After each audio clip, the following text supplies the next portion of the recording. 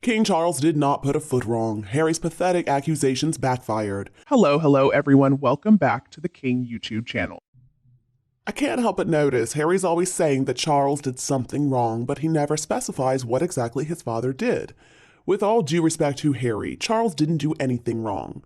First of all, even though some people claim that Harry's really the biological son of James Hewitt, Charles recognized his obligations as the husband of Diana. He took him in and he gave him a place in the royal family. Make no mistake, Harry was born into an extremely privileged position in life. I know he's never going to be top dog, but who really cares about that? I mean, think about how much closer he is to that position than most of us are. Harry has wealth, he's got privilege that most people can only dream of. But being an example of the trash gene that shows up in the royal family every generation or so, Harry doesn't appreciate any of it. Harry keeps talking about how he won't do this or he won't do that until he receives an apology from his family. But since he never can clarify what his family needs to apologize for, he's never going to get one.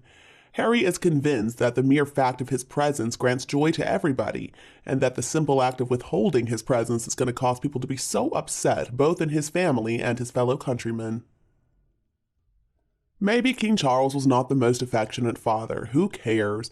I mean, that's not the way that he was raised. He didn't receive much affection from his parents, but still, he had so much respect for them and he honored them. It was all part of the job. When Harry and Meghan made their Declaration of Independence, they were cut off. And they were cut off because it seems like that's what they wanted, or at least they claimed that's what they wanted. It was the late Queen who took away Harry's honorary military titles, and it was not Charles. Charles was responsible for supporting Meghan and Harry, but eventually he decided to pull that support, of course. Independent grown people do not need daddy's money, but it seems like the two of them wanted it anyway. And so Harry decided to embark on this mission to destroy his own father. That Oprah interview exposed so many lies that Harry and Meghan told. Things were proven untrue by actual photographic evidence, so it's not like they could deny it. And the truth is, the media loved to play Charles and Diana against each other. Photographers were always photographing Diana cuddling Harry, but they never wanted to take photos of Charles being affectionate towards Harry. After Harry and Meghan got married, Harry, who was supposed to be a grown man, told his father, his grandmother, and his brother that he and Meghan didn't want to be working royals anymore. Instead, they wanted to pursue an independent life and make their own money. And when Charles gave them precisely that, independence from him, Harry didn't appreciate it. I guess he wanted his family to beg the two of them to stay, to put Meghan on a whole separate salary, making money for stuff nobody else gets to make money from. And I guess they wanted the chance to just sit around all day until some engagement they found interesting crossed their paths, and then they would go out and do a little bit of work. Well, of course, that wasn't going to happen. And now Harry doesn't like that Charles and his late grandmother let him do exactly what originally he and Meghan claimed they wanted. When Harry was a teenager, he was pretty wild, but after that, it seemed like he was dutiful. Now, he had his moments, sure, but I don't think he was all that bad before Meghan entered the picture. Now, as a grown man, he had a distinguished military and philanthropic career. It seemed like he also got along so well with William and Catherine. And then, of course, Meghan entered his life and everything changed. Ever since his mother passed away, Harry has been treated as that poor, sad boy. Now, that was a horrible tragedy, but still, his older brother also lost his mother. But has William acted like Harry has? Has he trashed the family? No. Harry needs some real psychiatric help. He doesn't need everybody to sit around going, "Oh, poor boy." He needs to be held accountable for his behavior, for his lies about his own family, and so many other ways in which he has hurt other people, even before he married Meghan. And I still think part of the problem is that way back when Harry first showed unacceptable behavior, he wasn't disciplined properly. They just encouraged him. They enabled all his tantrums. And additionally, King Charles allowed his good-for-nothing younger son to marry a narcissistic bully, Meghan Markle. Now this, I think, is the only thing the king really did wrong.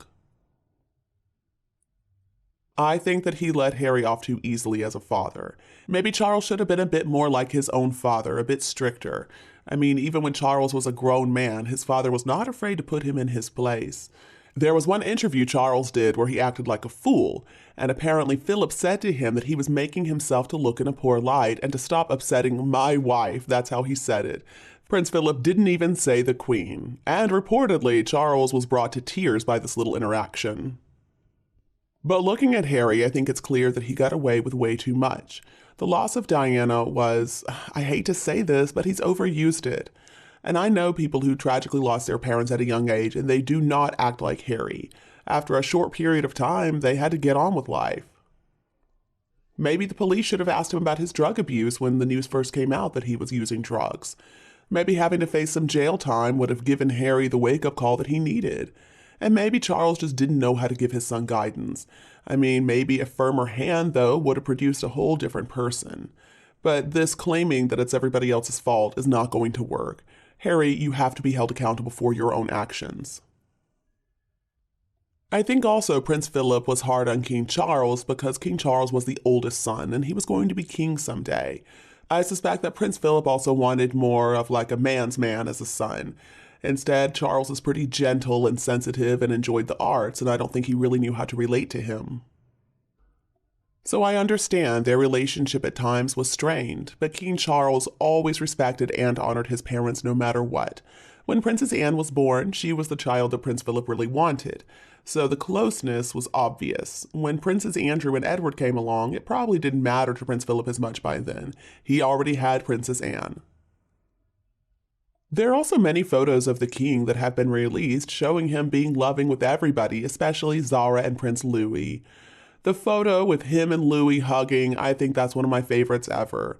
And I love it so much because they look like ordinary people. You wouldn't know it was a king.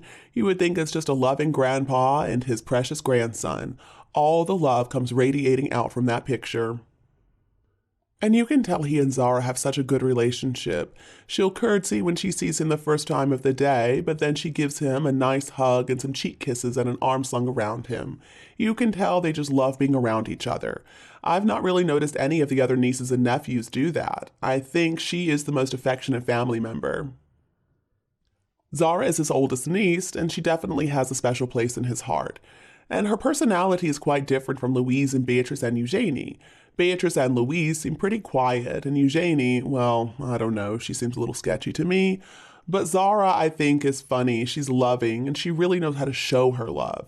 You can just see how much she adores her whole family. She welcomes all the new people with the same enthusiasm. She certainly is the daughter of her mother.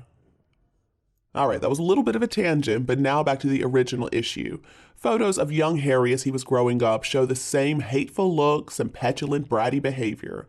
Now, in some photos, you can tell that he's really happy, but in many photos, you can see he's got a temper on him. And I don't believe the king could have ever done enough to satisfy his whiny, jealous son, especially after that son met that snake known as Meghan Markle. Harry has always been spoiled, and I think he puts his mother on a pedestal. And it was hidden from him, and poor William was her confidant. He used to pass her handkerchiefs under the bathroom door, apparently, because she was crying so much. And of course, William was broken when his mother passed away, but he also knew a lot more about who his mother was as a person than Harry did. Once in an interview, he said, "You either let it make you or break you." Well, obviously, William chose to let it make himself. Harry chose to allow it to break him. I mean, he didn't know what his mother was up to, and maybe they shouldn't have protected him so much. The truth is, though, Harry and William both loved their mother. Nobody's going to deny that. Unfortunately, though, Harry still sees her as a saint, and William sees her as a real human being because that's who she was. Now, actually, I love Diana. She was an amazing philanthropist. Diana has now been gone for 26 years. At this point, we really need to allow her to rest in peace. Harry, I'm talking to you. Harry shouldn't be playing the victim card with his mother's memory. He's abusing his mother's memory. I mean, there are two young men who lost their mother. It's not all about Harry. And you, do you agree with me? Please continue to discuss Harry with me in the comments. Don't be afraid to like and share my video with anybody else who would enjoy it. Please don't forget to subscribe to our The King YouTube channel to get more updates in the future. Thank you so much for tuning in. Have a lovely evening, and we'll be back to see you tomorrow. Bye. I love you all.